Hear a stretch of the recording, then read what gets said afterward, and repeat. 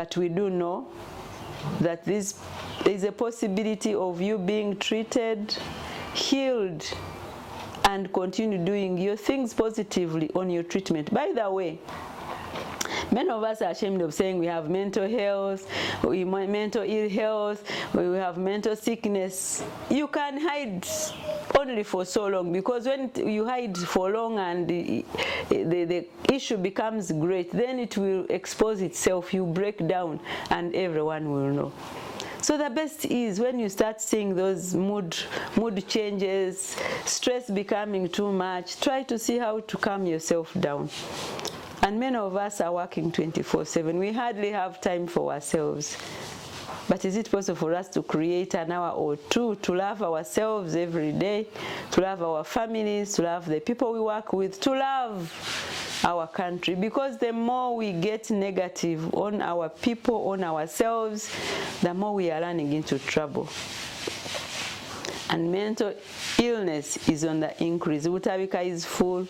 You have heard of a lot of suicide. Even yesterday, a man I know, John Wabirukamu, he grew. I saw him in church. Osen's Cathedral. He was this man. The family is so spiritually attached to God.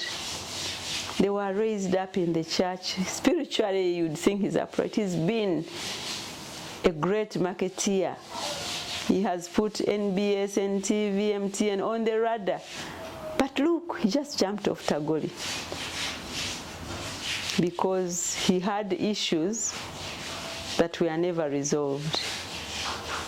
Maybe he didn't want to talk about it because mental health is seen as a madness. Like I said, the stigma surrounding mental health is so high that people fear even to talk.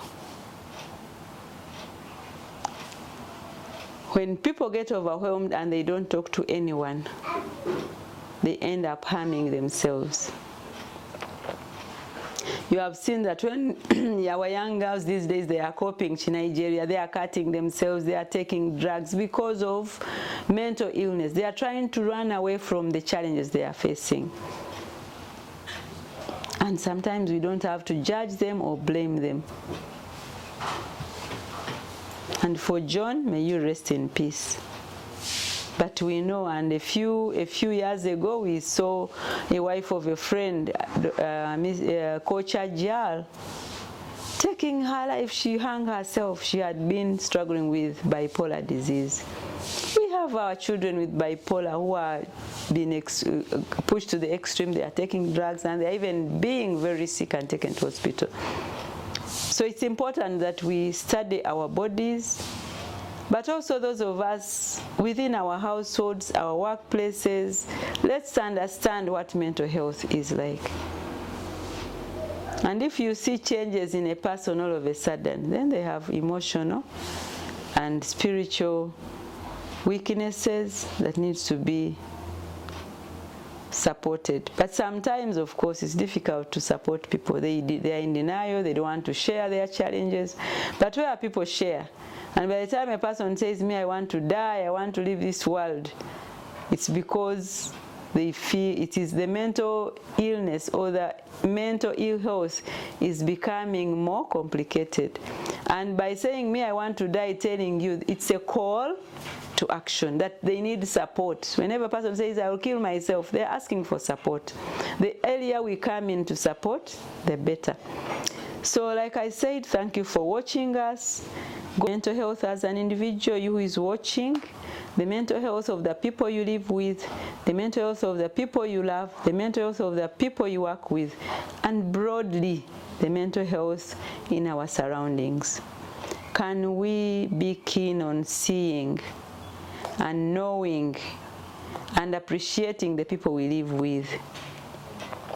We have people who are exceptionally rude, and we say, oh, that one, that's their nature. But sometimes these actions are actually actions of mental ill health. If you look around, you realize that people who are too rude, too reserved, people who never talk about their things, people who hide in their rooms and they are on phone 24/7, people who don't want to mingle with others. You have children who don't want to be with others. You have relatives who don't want to mix with others. If you are in a house and someone doesn't even want to talk to others, they are withdrawn, they are quiet, they are always quarreling.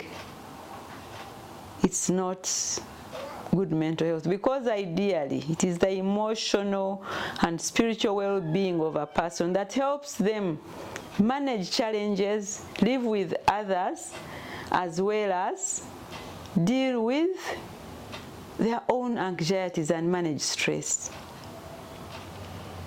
These days are difficult. From the COVID times, the increasing poverty, the increasing insecurity is causing a lot of mental ill health.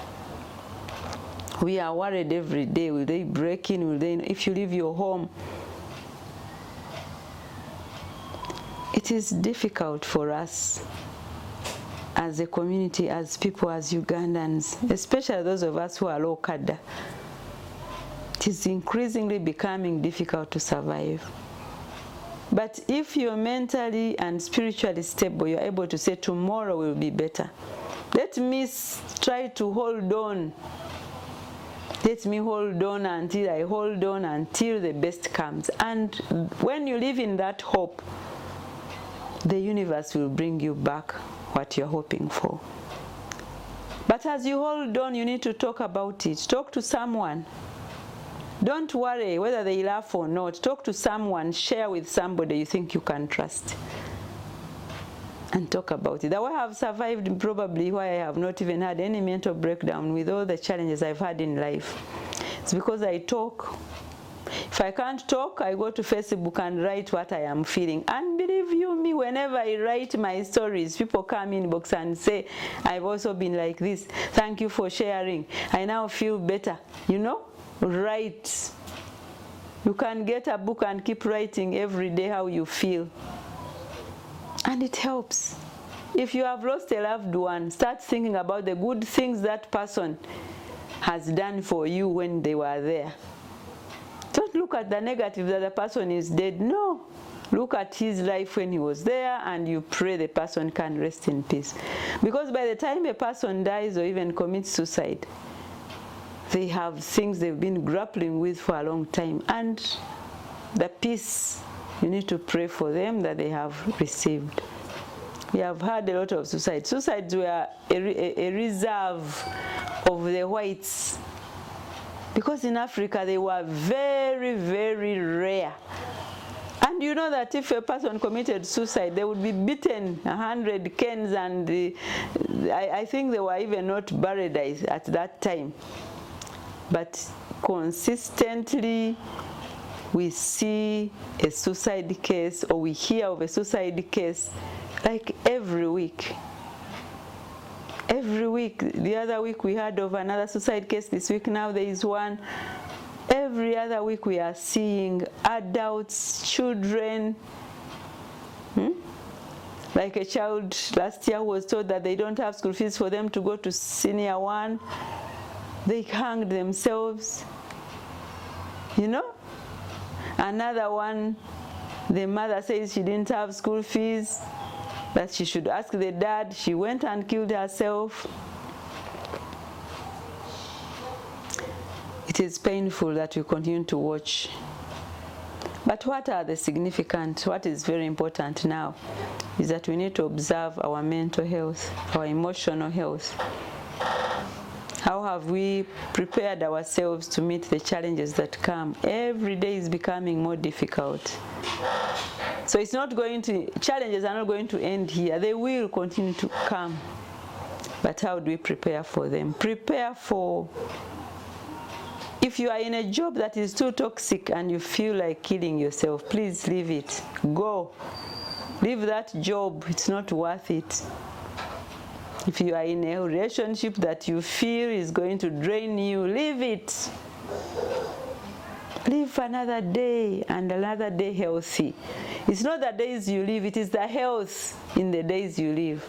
You'd rather live a short life which is healthy than a long period in toxic relationships, in toxic employment, and little, but be at peace. I met a lady recently when I had traveled. And she said she had performed very well, that she was being paid little where she was. And I told her, if it is little, you can leave. She said, no, I can't leave. My boss is very, very good. The previous job I had a lot of money, but it was so toxic. So this one was quick to appreciate that she cannot manage toxicity. She left. She said, I would rather earn little where I'm respected, where I have dignity, than being in a position where I'm getting so much money and I'm every day dealing with my emotional and spiritual well-being. When I'm stressed, when I'm being moody, when I'm being humiliated, I couldn't stand it. How many of us can say we can't stand it? I know you're going to say, where will I get another job? Me, the way I've managed also is in prayer. When we pray to the spiritual. Tell the universe what you think. If you don't believe in God, tell the universe and you say, I'm leaving this job, I need another job. Talk to yourself. As you talk, as you think, talk to someone and tell them it is becoming difficult and I want to leave. I know people will discourage you, but the discouragement, ignore. Just talk, vent. When you share, when you speak, you have eased the problem, because at least you are not holding it in your heart alone. We have seen people who sleep and in the morning they are found dead. Those are some of the issues of mental ill health. The heart just bursts of pain. The body cannot take the pain anymore. But my mother used to say that when you are in pain, you don't pass the intestines. She was saying that pain should not make you do something adverse, because pain does not cause you to pass intestines. It passes what is supposed to pass, the usual excreta. So let us always think about our mental well-being. If you find you can't sleep, take some lots of warm water. If you can't sleep sometimes, once in a while you can take a sleeping pill, but it's also not advisable, because once you get addicted, then you go to the next level pills. But if you feel you can't sleep, try to do exercise. They tell us exercise every day. I'm also a culprit, I rarely do them. But exercise energizes, removes toxicity, and you are able to recover your kind of mental stability. That's why people jog, people gym, people swim, people climb, people talk, people skip, people dance. And dancing it should not be looked at as a bad thing, as long as you are dancing in a secure place, you are dancing with loved ones, that after the dance you can get on the same car or you get safe transport to go back home.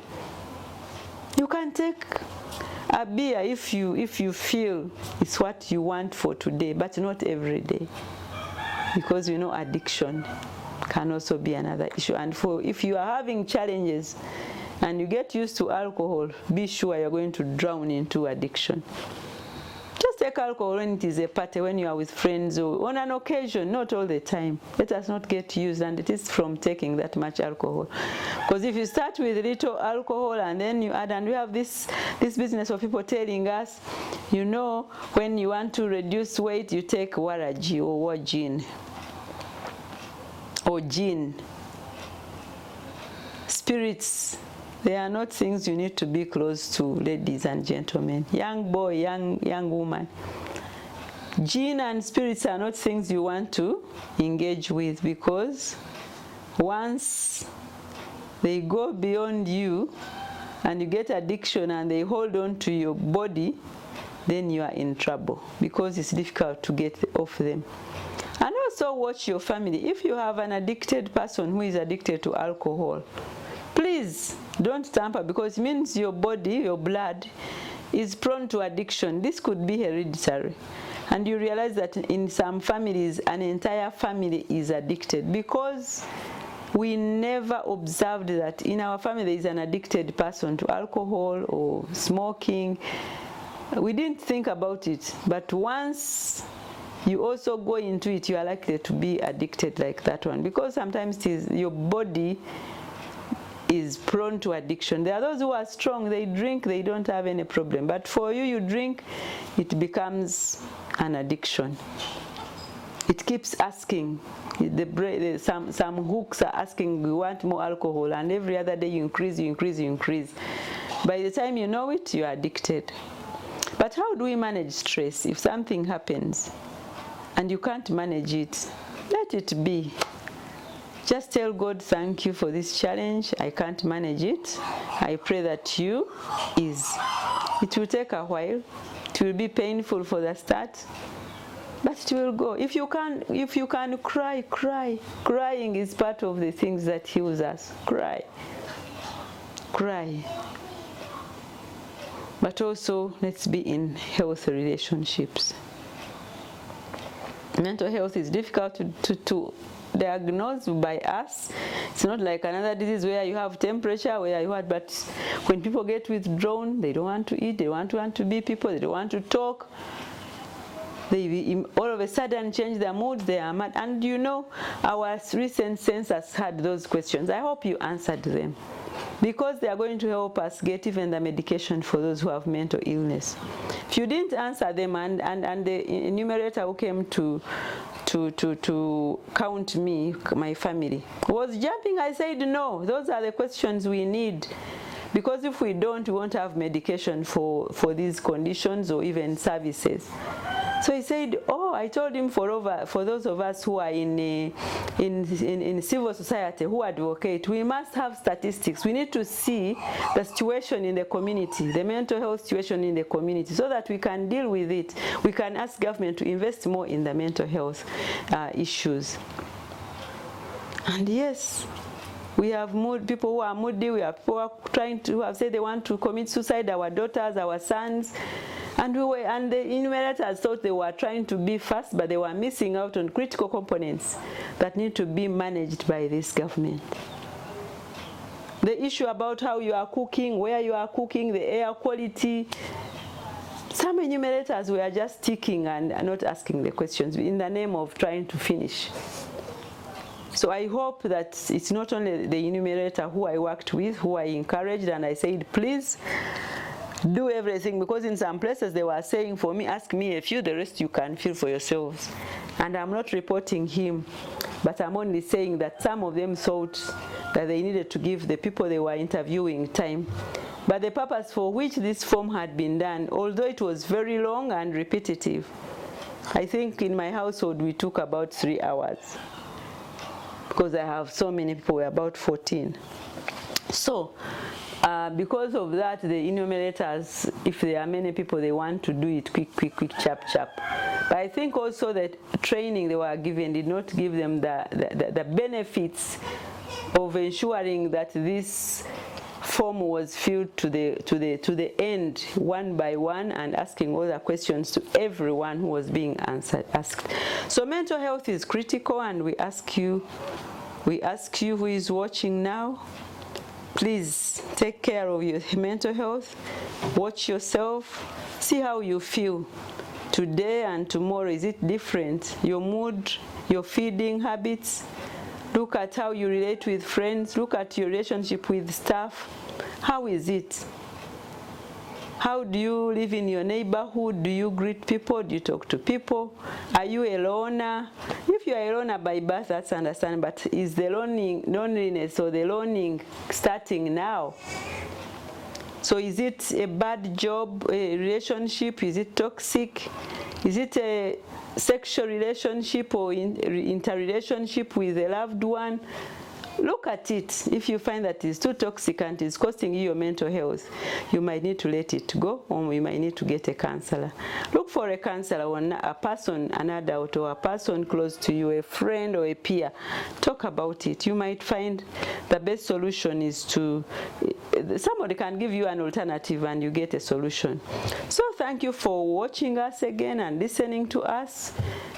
Go to YouTube, our YouTube page at AGA.org, AGA Uganda, and Green Monday TV. We thank you for keeping on Green Monday TV. keep on listening to us, understanding your health priorities, making the right choices. And you have said, my health, my rights, my responsibility. Let us take my mental health, my mental right, but also my mental responsibility to act.